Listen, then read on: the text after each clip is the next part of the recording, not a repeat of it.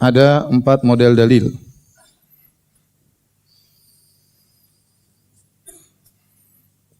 Yang pertama, syafaat hanya milik Allah.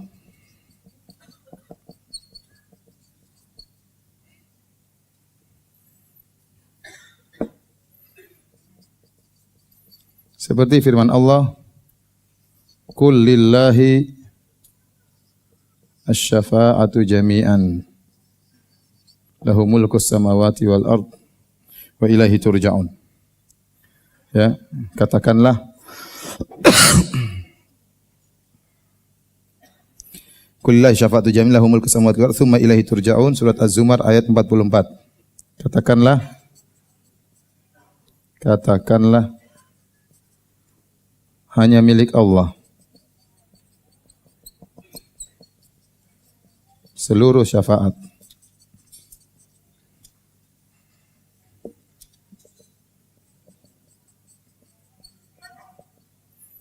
Quran surat Az-Zumar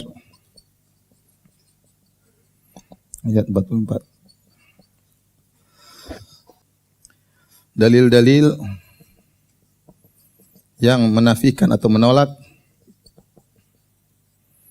syafaat secara mutlak. Hal ini seperti firman Allah Subhanahu wa taala,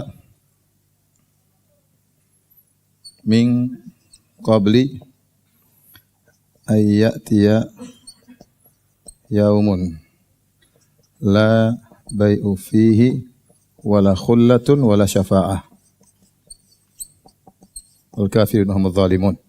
Yang artinya, sebelum datang hari yang tidak ada jual beli, tidak ada persahabatan,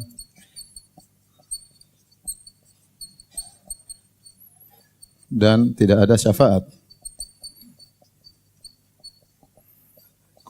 Surat Al-Baqarah ayat 254. Di sini Allah menolak syafaat, dinafikan secara mutlak. Sebelum datang min qabli ayyatiya yaumun la bai'un fihi wala khullatu wala syafa'ah. Tidak ada nanti hari kiamat, tidak ada nama jual beli, tidak ada persahabatan, dan tidak ada syafaat. Berarti syafaat tidak ada. Dan dalil ini yang dijadikan dalil oleh orang-orang Khawarij dan Mu'tazilah. Mereka hanya memandang terhadap dalil-dalil yang menolak syafaat secara mutlak. Paham? Paham tidak? Contohnya lagi, ma lidzalimina min hamimin wala syafi'in yuta'. Surat Ghafir, artinya tidak ada bagi orang-orang zalim pada hari kiamat kelak sahabat atau dan juga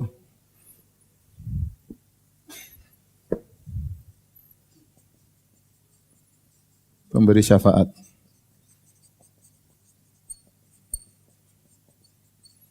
Jelas kata mereka bahwasanya Allah menolak adanya syafaat.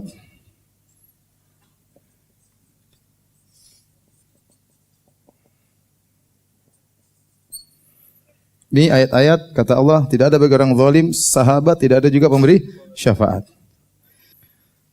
Dalil-dalil yang menafikan syafaat untuk orang-orang kafir dan musyrik. Dan ini banyak ya. Seperti Allah Subhanahu wa taala dalam surat Al-Muddatsir, "Ma salakakum fi saqar?" Apa yang buat kalian masuk dalam neraka? Saqar. Qalu lam nakum minal musallin wa lam nakun nut'imul miskin wa kunna nakhudhu ma'al khadhin wa kunna nukadzibu yaumiddin. Kami dulu tidak salat, kami tidak memberi makan kepada fakir miskin, dan kami dahulu mendustakan hari kebangkitan hatta atanal yaqin, sampai datang kematian kepada kami. Kata Allah, "Fama tanfa'uhum syafa'atu syafi'in." Fama tanfa'uhum syafa'atus syafi'in. Tidak bermanfaat bagi mereka syafaatnya para pemberi syafaat.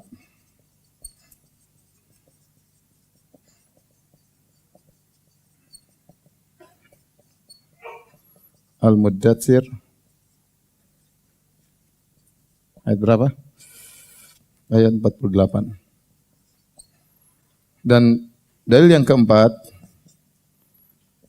model dalil yang keempat adalah dalil-dalil yang menetapkan adanya syafaat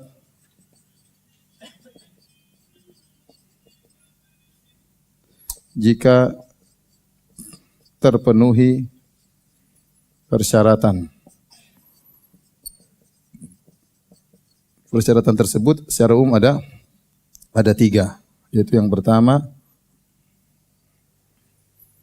nanti akan kita jelaskan lebih dalam.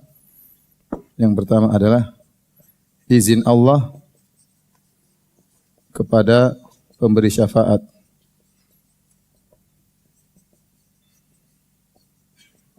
Yang tentunya berarti Allah ridha kepada Allah atau ridha Allah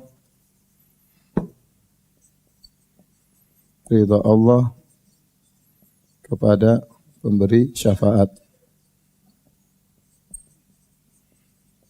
Yang ketiga adalah ridha Allah kepada yang diberi syafaat. Baik. Di sini ada 4 model dalil syafaat. Dalil bahwasanya syafaat adalah milik Allah. Yang kedua, dalil menafikan syafaat secara mutlak. Yang ketiga, dalil menafikan syafaat untuk orang kafir dan musyrikin. Yang keempat, dalil yang menetapkan adanya syafaat. Nah, ahlul bidah, ya, Khawarij, Mu'tazilah hanya melihat dalil ini yang menafikan syafaat secara mutlak dan yang menafikan syafaat untuk orang apa? Kafir dan musyrik. Mereka hanya melihat dua ini. Apalagi menurut mereka para pelaku dosa besar pasti masuk neraka. Khawarij mengatakan pelaku dosa besar kafir dan di neraka jahanam kekal selama-lamanya. Mu'tazilah mengatakan pelaku dosa besar kafir atau tidak? Tidak. Tapi fi manzilah baina manzilatain. Di antara dua kedudukan, antara tidak mukmin, tidak kafir tapi kekal dalam neraka jahanam. Sama saja intinya ya. Bedanya di mana? Bedanya kalau menurut Khawarij pelaku dosa besar di nerakanya orang kafir. Tidak mungkin keluar. Mu'tazilah di nerakanya yang lebih naik sedikit ya. Tetapi sama saja kekal dalam neraka jahanam. Baik. Adapun mereka kaum musyrikin hanya melihat dalil-dalil seperti ini.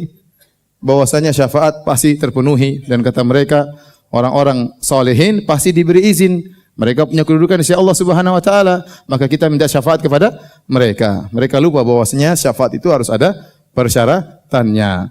Adapun Ahlus Sunnah wal Jamaah maka mereka menggabungkan seluruh dalil.